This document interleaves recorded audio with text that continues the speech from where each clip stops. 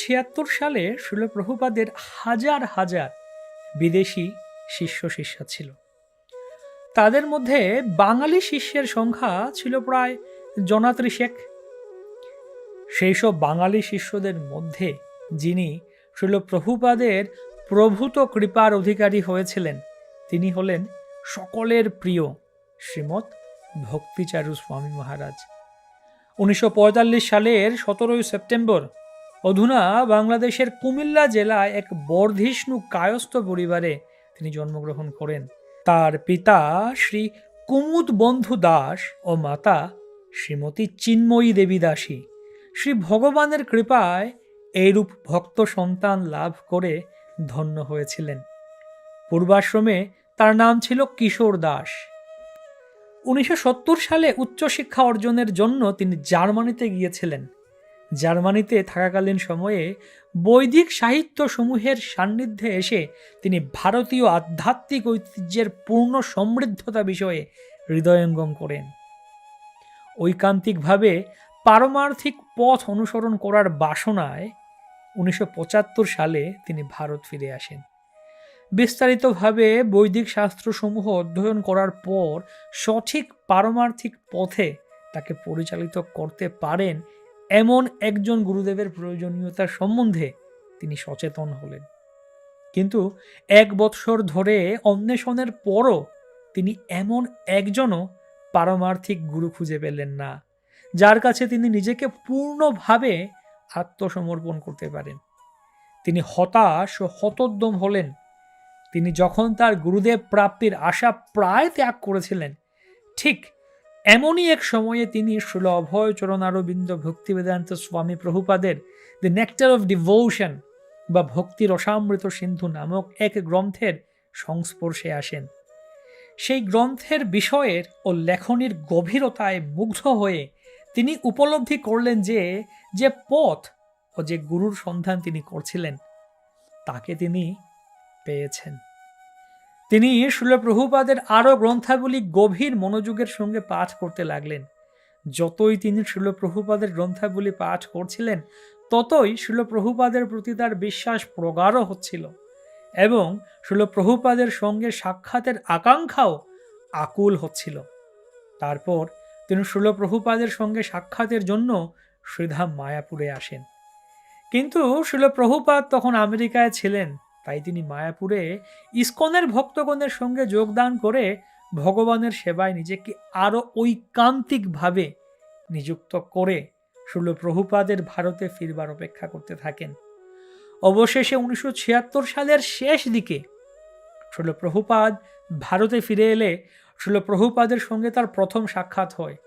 আর প্রথম সাক্ষাতেই শিল প্রভুপাদ শিল ভক্তিচারু স্বামী গুরু মহারাজের সুপ্ত প্রতিভা ও ভক্তিভাবের কথা উপলব্ধি করে তাকে কাছে টেনে নিলেন। তিনি শ্রীমান কিশোরকে কৃষ্ণ ভাবনার অমৃত পান করালেন এবং তার গ্রন্থ বাংলা ভাষায় অনুবাদের দায়িত্ব প্রদান করলেন। সেই সঙ্গে শিল প্রভুপাদ তাকে ভারতীয় বিষয়ে তার ব্যক্তিগত সচিব পদে নিয়োগ করেন। 1976 সালের শিল প্রভুপাদ শ্রীমান কিশোরকে আনুষ্ঠানিকভাবে দীক্ষা প্রদান করেন। তার দীক্ষিত নাম হয় শ্রী ক্ষীরচোরা গোপীনাথ দাস। অচিরেই ক্ষীরচোরা গোপীনাথ শিল প্রভুপাদের বিশেষ স্নেহভাজন হয়ে ওঠেন। শিল প্রভুপাদ দেখলেন যে ক্ষীরচোরা গোপীনাথ অত্যন্ত নিপুণতার সঙ্গেই গ্রন্থগুলি বাংলা ভাষায় অনুবাদ করে চলেছেন। তখন তিনি তাকে আদেশ দিলেন তার রচিত সমস্ত ইংরেজি গ্রন্থগুলি যেন বাংলা ভাষায় অনুবাদ করে সাধারণ মানুষের মধ্যে বিতরণ করা হয়। শ্রীমান গোপীনাথ সেবাকার্য শিরোধার্য করে নিলেন এবং সব্যসাচীর মতো তার দুহাত শিল প্রভুপাদের নির্দেশাধীনে শ্রীকৃষ্ণ সেবায় পরমাগ্রহে নিয়োজিত রাখলেন। 1977 সালের শ্রীমান গোপীনাথ শ্রীধাম বৃন্দাবনে শিল প্রভুপাদের কাছ থেকে সন্ন্যাস প্রাপ্ত হন। শিল প্রভুপাদ তখন তাকে নাম দেন শ্রীমৎ ভক্তিচারু স্বামী মহারাজ। সত্যি সত্যি শিল প্রভুপাদের দেওয়া এই নামটি আজ সার্থক হয়েছে। তার সুষ্ঠু ও সৃজনশীল প্রচারের বৈভব আজ বিশ্বের দিকে দিকে পুষ্প সৌরভের মতোই মনোরমভাবে ছড়িয়ে পড়েছে। তিনি একমাত্র প্রথম বাঙালি যিনি ইসকনের গভর্নিং বডি কমিশন বা জিবিসির চেয়ারম্যান পদে 1989 সালে নিযুক্ত হয়েছিলেন। তার সুদক্ষ ও সুপরিচালনায় ইসকনের নতুন নতুন মন্দির ও আশ্রম গড়ে উঠেছে। 1996 সালে শ্রীমৎ ভক্তিচারু স্বামী গুরু মহারাজ তার পরমারাধ্য গুরুদেব শ্রীল অভয়চরণ আরবিন্দ ভক্তিবেদান্ত স্বামী প্রভুপাদের জীবনী নির্ভর এক ভিডিও চলচ্চিত্র নির্মাণের বিশাল কার্যক্রম গ্রহণ করে তা সমাপ্ত করেন। এই ভিডিও চলচ্চিত্রটি সারা বিশ্বে প্রদর্শিত হয় এবং সেই সঙ্গে ভারতীয় দূরদর্শন থেকেও ধারাবাহিকভাবে সম্প্রচারিত হয়েছিল। 2006 সালে শ্রীমৎ ভক্তিচারু স্বামী গুরুদেব মধ্যপ্রদেশের উজ্জয়িনীতে একটি সুন্দর সুরম্য মন্দির নির্মাণ করেন, যে মন্দিরে বিশাল বেদিতে শ্রী শ্রী রাধা মদন মোহন, শ্রী শ্রী কৃষ্ণ বলরাম, শ্রী শ্রী গৌরনিতাই, শ্রী শ্রী জগন্নাথ বলদেব সুভদ্রা মহারানী এবং শ্রী শ্রী নৃসিংহদেব ভগবান আড়ম্বরে ভক্তি ভরে সেবিত পূজিত হচ্ছেন।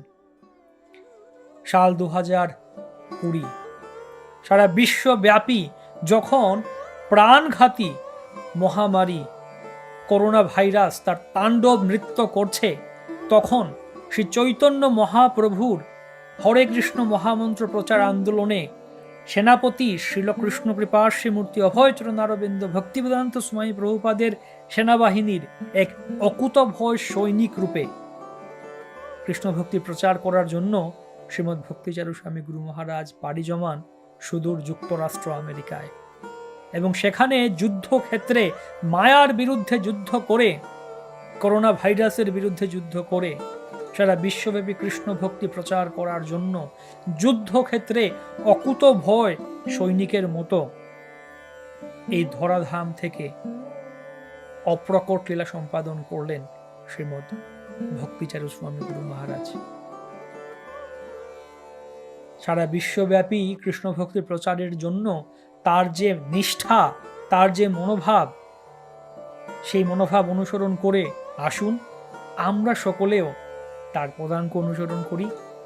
আমরাও কৃষ্ণ ভক্তি সুচারুরূপে সম্পন্ন করার চেষ্টা করি, কৃষ্ণ ভক্তি প্রচার কার্য সারা বিশ্বব্যাপী সুচারুভাবে সম্পাদন করার প্রয়াস করি। শ্রীল ভক্তিচারু স্বামী গুরু মহারাজের কৃপা আশীর্বাদ লাভ করি। হরে কৃষ্ণ।